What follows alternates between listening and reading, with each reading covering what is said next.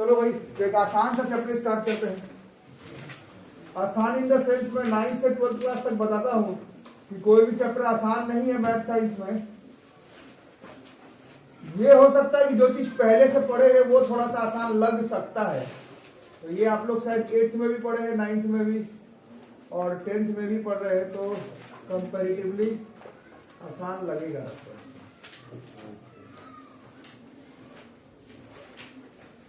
Surface areas and volumes, इसमें एक ही topic new था, वो भी आपके इस साल के सिलेबस से हटा दिया है ना। सिर्फ एक फ्रस्टम एक ऐसा टॉपिक था जो कि आप लोग 9th में नहीं पढ़े थे, वो 10th में हट गया इस बार। तो मोटा मोटी ऐसा इस चैप्टर में कोई शायद ही कोई नया टॉपिक मिले जो कि आप लोग में से ज्यादातर लोगों को मालूम ना हो, तो आसानी है। सरफेस एरियाज एंड वॉल्यूम्स, तो surface areas and volumes class 9th में और 8th में भी आपको पढ़ाया गया। ये दोनों वर्ड जो है वो 2 डायमेंशनल फिगर पर एप्लीकेबल नहीं है, ये सब 3 डायमेंशनल फिगर पर एप्लीकेबल है, ठीक है।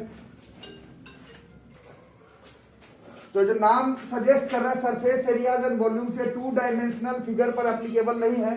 सरफेस एरियाज एंड वॉल्यूम जो है ये नाम ही जो है 3 डायमेंशनल फिगर पर एप्लीकेबल है। 2 डायमेंशनल फिगर का हम लोग सरफेस एरिया एंड वॉल्यूम नहीं निकालते, ठीक है। तो what we have to do is to find surface areas and volumes of 3 dimensional figures. तो कौन कौन से 3 डायमेंशनल फिगर्स आप लोग क्लास 9th में पढ़े थे उन्हीं सब के बारे में फिर से लिखेंगे। पहले नंबर पर था क्यूबॉइड। क्यूबॉइड शेप आप लोगों को मालूम है, किताब, geometry box, rectangular glass slab, this are cuboid. कैसा होता है? 3 डायमेंशनल फिगर है। बनाते रहो, लिखते रहो, स्कॉलर से क्या करो।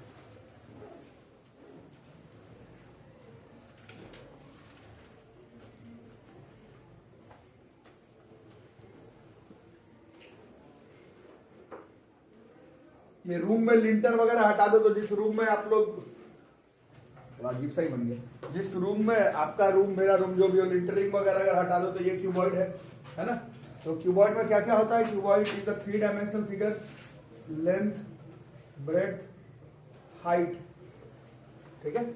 किसी को भी लेंथ कह सकते हैं, किसी को भी ब्रेड्थ कह सकते हैं, किसी को भी हाइट कह सकते हैं। तो ये 3 डायमेंशनल फिगर है। 3 डायमेंशनल फिगर में हम लोग सबसे पहले इसमें अगर बात करें लेटरल सरफेस एरिया का,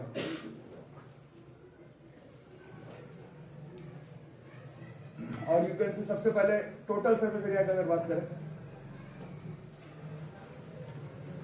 तो नाम से ही पता चल रहा है this is a 3 dimensional figure, but इसमें 6 ऐसा 2 डायमेंशनल फिगर है। जैसे रूम में ये 2 डायमेंशन, ये 2 डायमेंशन, ये 2 डायमेंशन, ये 2 डायमेंशन, ये 2 डायमेंशन और ये 2 डायमेंशन। और 2 डायमेंशनल फिगर का क्या निकालते हैं हम लोग? 2 डायमेंशनल फिगर का एरिया निकालते हैं। तो जितना भी इस 3 डायमेंशनल फिगर में जितना भी 2 डायमेंशनल फिगर है सबका एरिया निकाल करके जोड़ दो, आ जाएगा टोटल सरफेस एरिया, ठीक है। तो इसमें क्या क्या आएगा आप लोग बताओ। जैसे ये एल बी नीचे भी और ऊपर भी, तो 2LB, फिर LH साइड में हाइट वाला, उधर वाला भी है, दिस इज 2LH, और 2 बार LB, 2 बार BH और 2 बार LH। तो 2 common, so this is LB plus BH plus LH, this is total surface area of a cuboid, ठीक है। इसके बाद बात होती है लेटरल सरफेस एरिया की। तो लेटरल सरफेस एरिया का बहुत सारा डेफिनेशन है। सिमेट्रिकल फिगर में ये काम करता है, perimeter of base into height.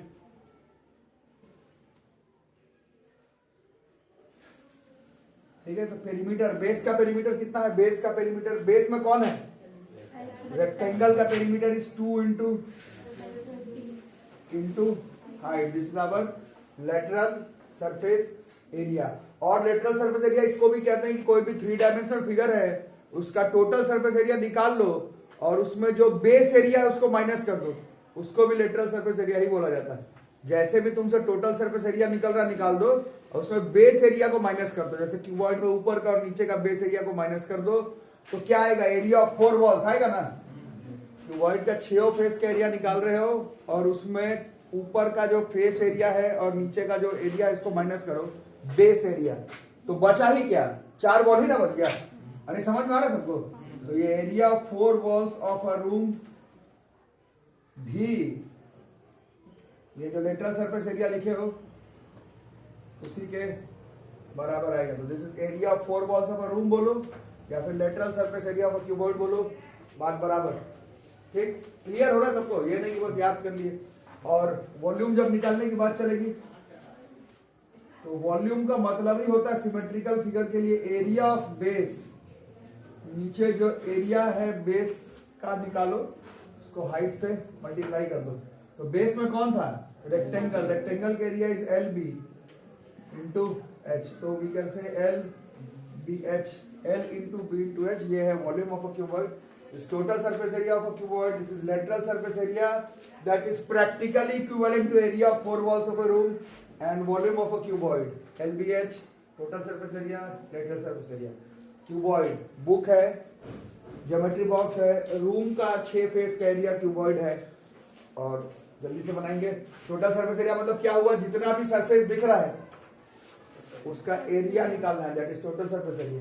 Lateral surface area का दो मीनिंग है, या तो तुम perimeter of base into height करो या फिर किसी तरह से भी टोटल सरफेस एरिया निकालो और उसमें से बेस एरिया को, ऊपर नीचे है तो ऊपर, नीचे सिर्फ ऊपर है तो ऊपर, सिर्फ नीचे है तो नीचे, जैसा भी शेप हो, बेस एरिया को माइनस करो, जो बचेगा उसी को हम लोग कहेंगे लैटरल सरफेस एरिया। और वॉल्यूम, इस रूम में पानी भर देना है, पानी भरना है, इस रूम में आइसक्रीम भर देना है, that is volume, area of base into height, LBH, this is cuboid.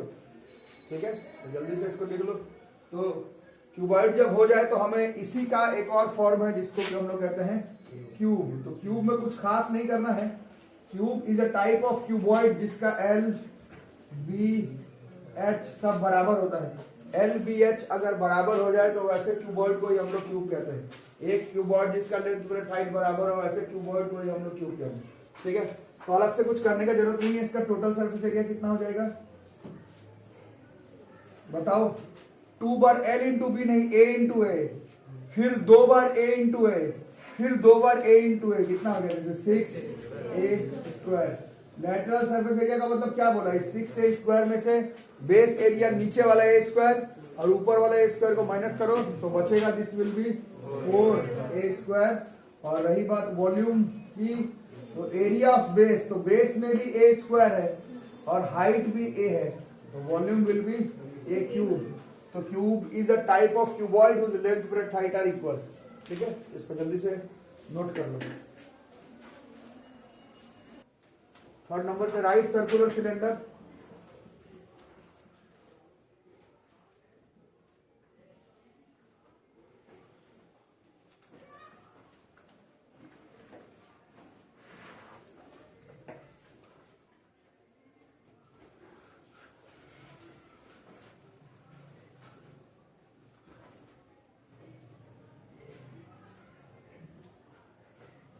एक दूसरे के स्कूल का पेपर आप लोग ले लेंगे और थोड़ा कवर करेंगे,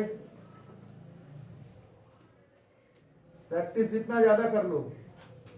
कल APS वालों का जो क्वेश्चन आया था उसका आंसर मैग्नीशियम नाइट्राइड होता है। ठीक है, तो पेपर एक बार मिला लोगे एक दूसरे का, नहीं तो मैं लास्ट में तो मैं करवा ही दूंगा।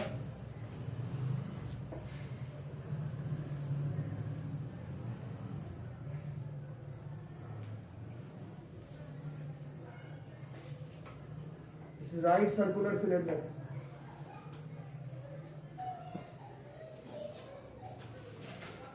ठीक है, तो सबसे पहले इसमें भी हम लोग अगर इसका कर्व सरफेस एरिया निकालें,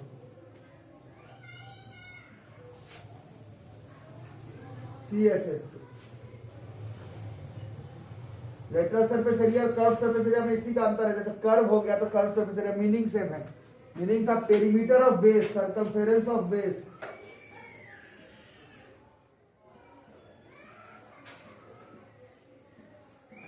into height, this is 2 pi r into h। तो this is curved surface area of right circular cylinder. Total surface area का क्या बताया गया डेफिनेशन? टोटल सरफेस एरिया का क्या डेफिनेशन था? किसी तरह से सारा एरिया निकालो और उसमें से बताया गया था कि बेस एरिया को माइनस कर दो तो CSA आ जाएगा, या उल्टा बोल सकता है अगर CSA निकल गया है किसी तरह से तो उसमें बेस एरिया को ऐड कर दो तो भी TSA निकल जाएगा। बोलने का दो अलग अलग स्टाइल। ठीक है, इस बार सी से ही निकल गया है, उसमें बेस एरिया नहीं जोड़े हैं तो जोड़ दो। बेस एरिया में दो बार सर्कल है ना ऊपर नीचे। This is 2 pi r h plus 2 pi r square, 2 pi r common, this is r plus h, ये इसका टोटल सरफेस एरिया, ठीक है। और इसके बाद वॉल्यूम,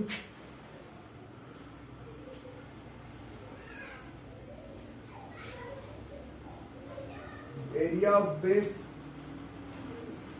इंटू हाइट, बेस पे pi r square into h, pi r square area of base हो गया into h, this is volume of a right circular cylinder, ठीक है। इधर आ जाएगा लिखने में, इधर नीचे। तो इसी में 9th क्लास में पढ़े थे, इसी में 9th क्लास में पढ़े थे हॉलो सिलेंडर, इसमें क्लास 9th में पढ़े थे हॉलो सिलेंडर।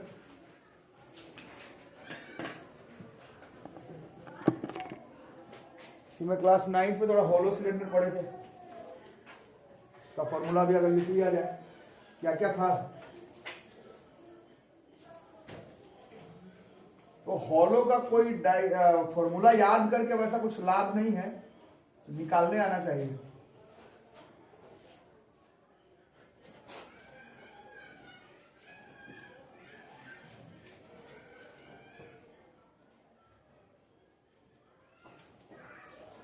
तो इसमें दो सिलेंडर बन रहा है, तो इसका रेडियस, इनर रेडियस पे स्मॉल आर लिख सकते हैं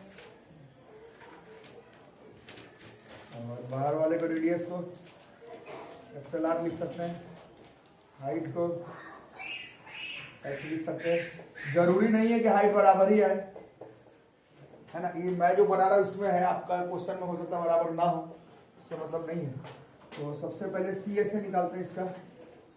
तो दो बार कर्व सरफेस एरिया निकल रहा है, एक इस वाले सिलेंडर का 2 पाई आर एच, एक बाहर वाले का 2 pi capital R h, 2 common, pi common, h भी कॉमन, आर प्लस आर, ठीक है। This is C S A. T S A का तरीका बताएगा था क्या, अगर सी एस ए किसी तरह से निकाल पा रहे हो तो उसमें, अरे बोलो सुना नहीं दे रहा, उसमें बेस का एरिया ऐड करना पड़ेगा। तो 2 pi r h, 2 pi r H में अभी बेस एरिया, अब ये वाला एरिया निकालना है, ठीक है। तो एरिया कैसे निकालोगे, ये बड़े वाले का सर्कल का एरिया में से ये छोटा वाला सर्कल के एरिया को क्या करेंगे, माइनस कर सकते हैं, और ऐसा 2 बार करना है, pi r square minus r square, ऐसे 2 बार करना है। 2 pi r h plus 2 pi r h plus 2 pi r square minus r square, this is total surface area of hollow cylinder, ठीक है। और रही बात वॉल्यूम की, तो वॉल्यूम तो वैसे में भी आसानी है, बाहर वाले का volume pi r square h में से अंदर वाले का volume pi r square h को माइनस कर देना है, pi h common, r square minus r square. वैसे हम लोग बताते हैं एज अ गुड स्टूडेंट, आप लोग में से हॉलो का फॉर्मूला याद करने की जरूरत नहीं है, हॉलो मालूम होना चाहिए किस तरह से निकलेगा, क्योंकि याद करके क्या ही कर लोगे। इस केस में हाइट बराबर है और आपका जो क्वेश्चन है किताब में हॉलो सिलेंडर का, उसमें हाइट बराबर नहीं है, तो फॉर्मूला रटने से तो कोई फायदा है नहीं। हॉलो का तरीका मालूम होना चाहिए कैसे करना, ठीक है, आगे कर लो। इसके बाद वाला सब अनसिमेट्रिकल है, याद ही करना पड़ेगा एटलीस्ट तुम्हारे पास। तो इसके बाद किसकी बारी आती है, राइट सर्कुलर।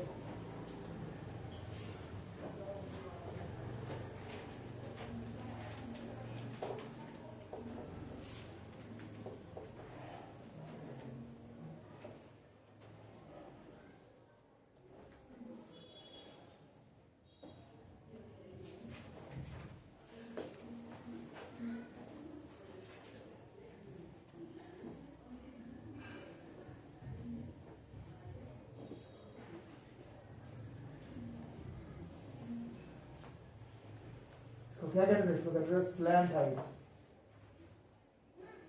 झुका हुआ, ये हाइट है।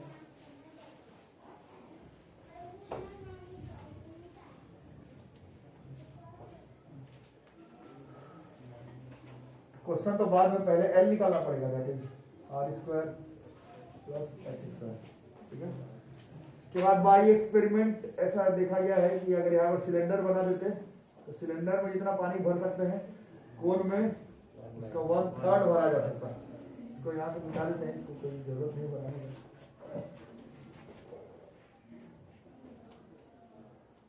1/3 पाई आर स्क्वायर।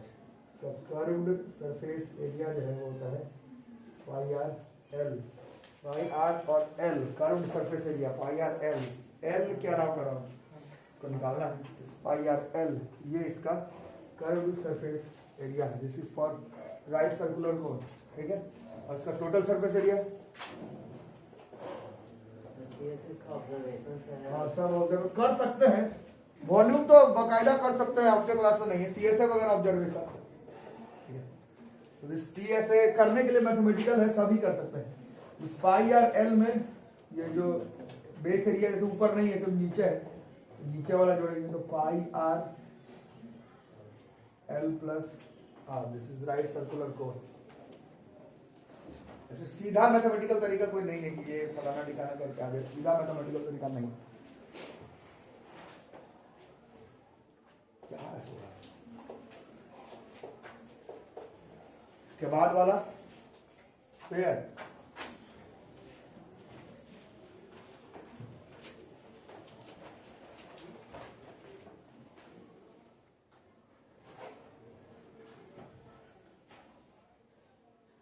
आईपीएस वालों का स्कूल एग्जाम हुआ, उसमें फंक्शनल ग्रुप के बारे में लिखने के लिए आया। आप लोग अपने स्कूल के टीचर से पूछे हैं कि ये आ रहा है कि नहीं?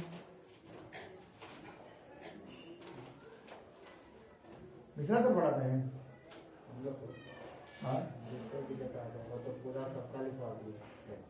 मतलब ये सारा फंक्शन सबका एग्जांपल पार्ट सबका सारा मतलब जो हम लोग किए वही ना। हम लोग किए एक बार ठीक है, अच्छी बात है टीचर लिखवाए, बट एक बार मेरे बोलने का मतलब है आप लोग एक बार टीचर से कंफर्म करोगे वो आ रहा है कि नहीं।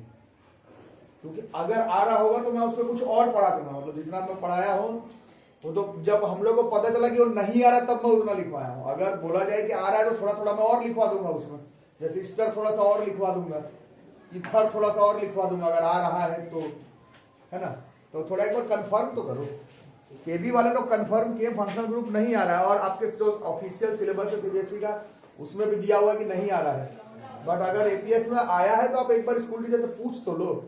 अगर वो बस ऐसे नॉलेज के लिए दे दिए हैं तो एक अलग बात है, लेकिन बोर्ड का एग्जाम नॉलेज दिखाने का समय नहीं होता है ना। बोर्ड का एग्जाम प्रिसाइज एग्जाम है, जो आ रहा है वही पढ़ के जाओगे। एक बार कंफर्म तो करो। नहीं, पढ़ाना और बोर्ड के सिलेबस में होना दोनों चीज में डिफरेंस है। पढ़ाने के लिए तो नहीं पढ़ाया वो सर, दूसरे वाले मिश्रा सर नहीं पढ़ाया, नहीं था। मैं वही बोला एक बार कंफर्म तो कर लो कि आ रहा है कि नहीं आ रहा है। ऐसा आई एम 100% श्योर कि नहीं आ रहा है, ठीक है। Homologous series, versatile nature of carbon and covalent bonding, ही बस उस चैप्टर में आ रहा है। बट थोड़ा पढ़ भी लोगे और पूछ भी लोगे, दोनों चीज में है। तो ये स्फीयर एक ही सरफेस है, तो इस सरफेस में curve surface area, total surface area ये सब नहीं, इसमें सिर्फ सरफेस एरिया चलता है। 4 पाई आर स्क्वायर, बस यही इसका सरफेस एरिया। और इसका वॉल्यूम 4/3 पाई आर क्यूब। फिलहाल तो आपको याद ही करना पड़ेगा, ठीक है। और इसी का आधा इज हेमिस्फीयर।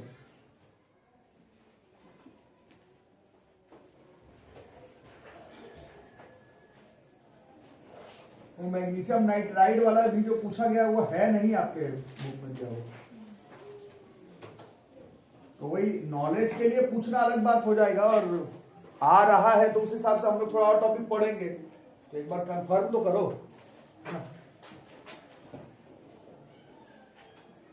आधा है कटोरी, नहीं पढ़ने पर पकड़ना पड़ेगा, मैं उसको कर दी गई है ना। तो ये दो सरफेस है, ऊपर अलग नीचे अलग, तो इसमें दो अलग अलग चीज निकल सकता है। इसका curved surface area 2 pi r square, total surface area is 3 pi r square, volume is 2/3 pi r cube. तो यही 6 सरफेस का आपको याद करना है। अब देखो हॉलो स्फीयर का क्वेश्चन आ सकता है किताब में दिया हुआ। हॉलो हेमिस्फीयर का आ सकता है, यहाँ तक कि हॉलो कोन का क्वेश्चन भी आ सकता है।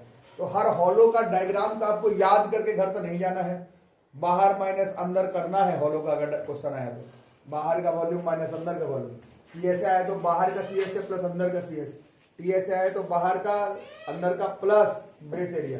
हर हॉलो डायग्राम का फॉर्मूला नहीं याद करके जा सकते घर से, ठीक है। तो और हॉलो का क्वेश्चन तो आएगा 10th में, इतना तो आप मान करके चलिए, ठीक है।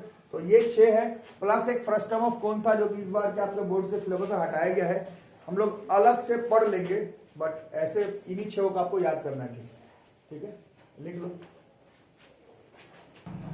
13.1 क्वेश्चन नंबर 8। इनके पास किताब है, क्वेश्चन लिखने की जरूरत नहीं है। 13.1 क्वेश्चन नंबर 8। बाकी क्वेश्चन लिखने का वैसे में भी जरूरत नहीं, घर पे वीडियो में से मिला लेना बुक का कौन सा क्वेश्चन है। क्या क्या कह रहा है, फ्रॉम अ सॉलिड सिलेंडर, एक सॉलिड सिलेंडर है,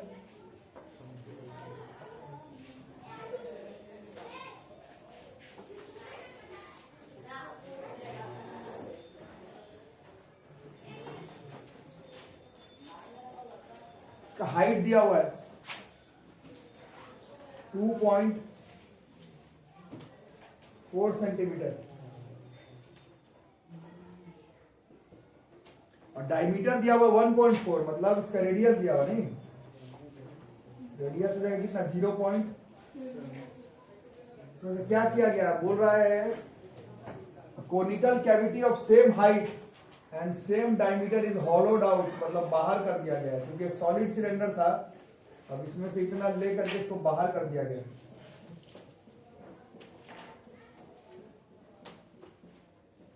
ये बाहर कर दिया गया। अब बताना है जो बच गया, find the total surface area of the remaining solid in nearest centimetre square. क्या क्या बच गया वो बताओ, क्या क्या बच गया इसके बाद 17.1 देखते हैं क्या क्या बच रहा है, बोल भाई। ये वाला जो बाहर वाला, मतलब ये जो सिलेंडर है, इसका क्या क्या बचा हुआ है, इसका सी एस है ना, इसका कर्व्ड सरफेस एरिया बच रहा है। और बोलो क्या क्या बच रहा है, और ये जो कोन है इसका भी क्या बच जा रहा है, इसका भी सी एस ए बच जा रहा है। और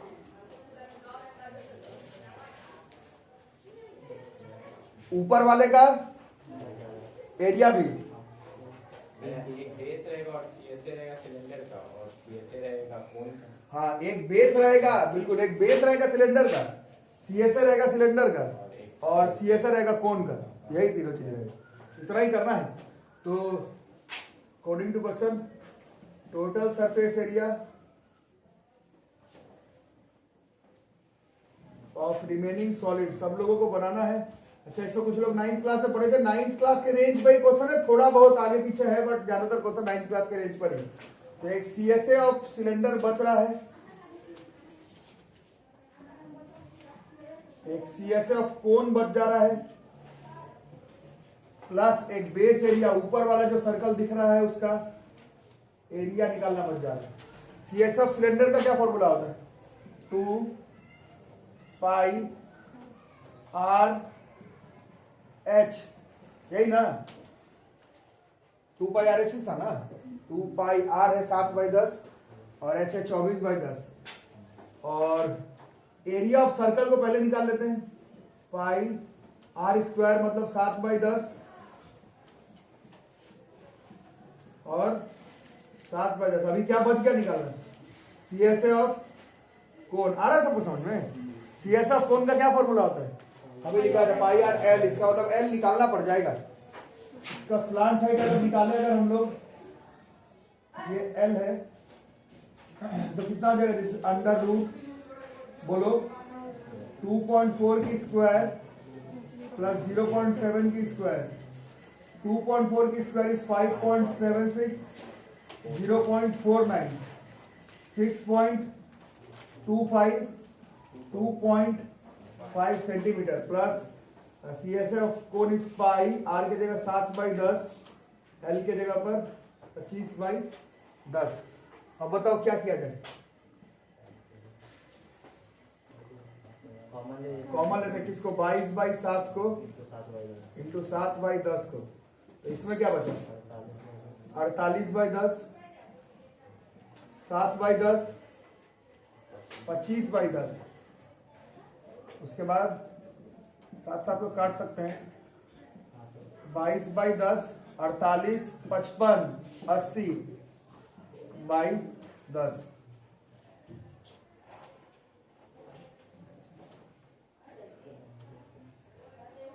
गलत काटे। 22/10 इंटू 80 आ रहा था ना, बाई 10 मल्टीप्लाई में है, एक ये कटता। 176/10 दिस इज 17.6 मीटर स्क्वायर। यहाँ पे क्लियर कट मीटर स्क्वायर नहीं सेंटीमीटर स्क्वायर, और ये आंसर गलत हो जाता है। इस क्वेश्चन में क्लियर कट लिखा हुआ नियरेस्ट सेंटीमीटर स्क्वायर में आंसर देना है, ठीक है, नियरेस्ट सेंटीमीटर स्क्वायर। इसका answer would have been 18 centimetre square. 17.6 तो ठीक है, बट इस क्वेश्चन के हिसाब से इसका आंसर जो है that would be 18 centimetre square, ठीक है। जल्दी से बनाओ। Question number 2। Question number 2 9th class के बुक का क्वेश्चन था, मतलब है एक्चुअली में, बट 10th क्लास में बहुत बार आ चुका है बोर्ड्स के एग्जामिनेशन में। इस बार कोविड लेकर के अलग है, नहीं तो ऐसे बहुत सारे सैंपल पेपर में ये कॉमन क्वेश्चन दिया हुआ था। क्वेश्चन नंबर 2 9th क्लास का क्वेश्चन है, याद होगा। The diameter of a sphere is reduced, है ना 9th क्लास में। The diameter of a sphere is reduced by 25%। Calculate percentage decrease in its total surface area. Class 9th के NCERT में था ये, ऑप्शनल में, और 10th का बोर्ड का फेमस क्वेश्चन है, कई बार आ चुका है एग्जाम में।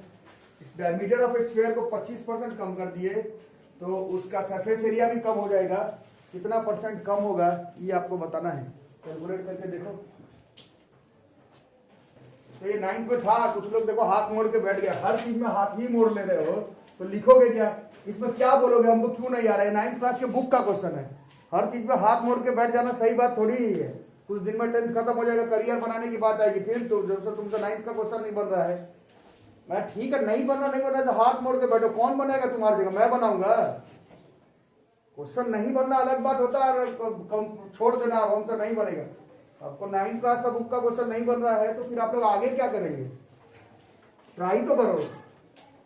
तो एक स्फीयर है, शुरुआत में स्फीयर का सरफेस एरिया होता है 4πr²। This is equation number 1। अब क्लास 4th क्लास में आप लोगों को ये कॉन्सेप्ट सिखाया गया होगा, कुछ लोग शायद अभी भी गड़बड़ है। अगर स्फीयर का डायमीटर को 25% कम करेंगे तो रेडियस भी 25% ही कम होता है, आधा आधा नहीं होगा। ये सिखाया गया छोटे क्लास में, कम करने का बात हो रहा है। डायमीटर आधा कम किए तो रेडियस भी आधा ही कम होने वाला है, ठीक है। तो इसका रेडियस भी एक्चुअली में जो नया वाला रेडियस है वो कितना कम हो जाएगा, 25% कम।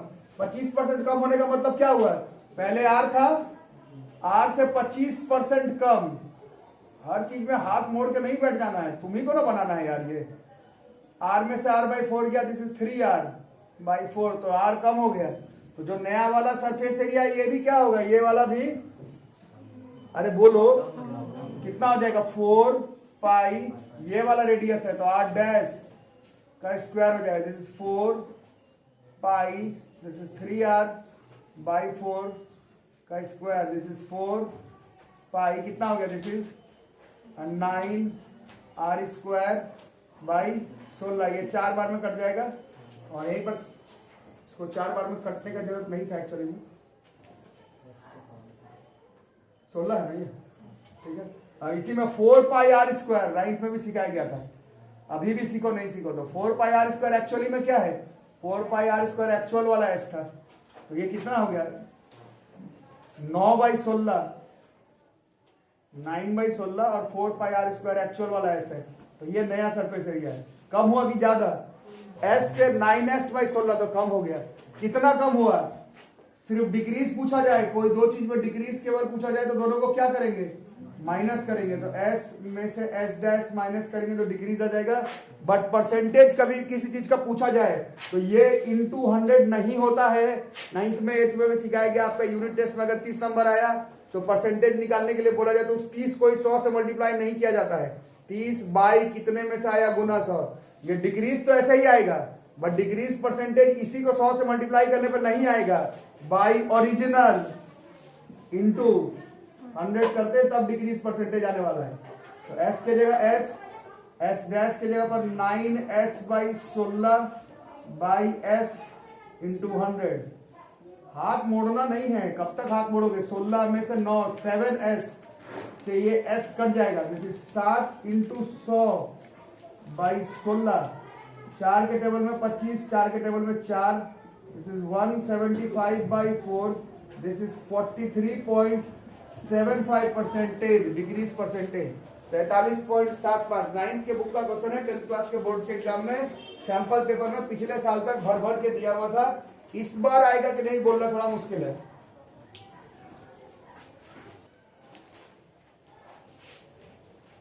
If h, c, v are respectively the height, the curved surface area and volume of a cone respectively, prove that 3 pi v h cube minus c square h square plus 9v square बराबर 0।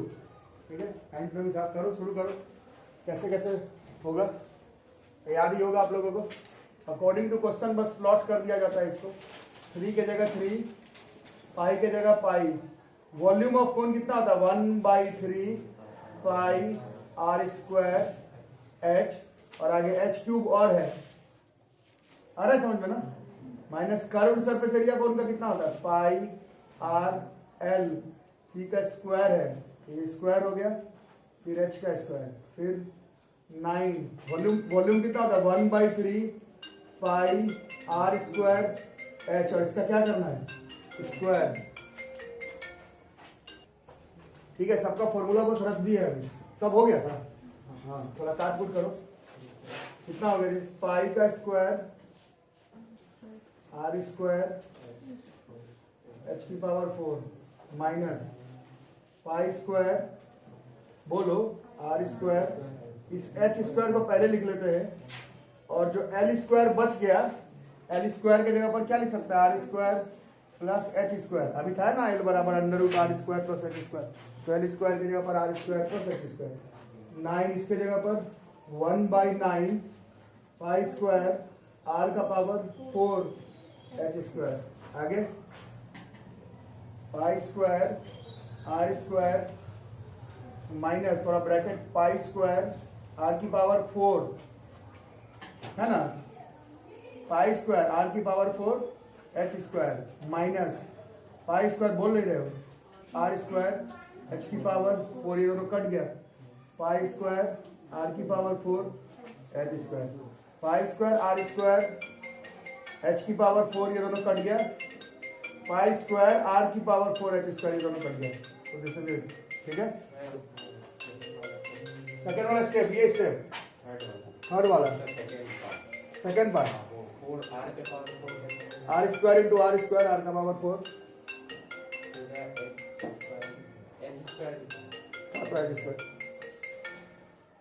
ऐसा है। Pi square r square h square को r square से multiply करेंगे तो कितना होगा? Multiply ही ना है सीधा, पाई स्क्वायर आर की पावर 4 एच स्क्वायर। ठीक है, इसको करो। बोलने का मतलब यह है कि frustum of a cone cut जाने के बाद, frustum of a cone cut जाने के बाद 10th का क्वेश्चन तो है ही, 10th के क्वेश्चन के साथ 9th क्लास लेवल पर भी जो कुछ इंपॉर्टेंट क्वेश्चन था वो भी आपके बोर्ड्स के लिए इंपॉर्टेंट रहेगा। ठीक है, तो इसमें और भी क्वेश्चन करते हैं, 3-4 दिन में ये चैप्टर जो है वो खत्म हो जाएगा।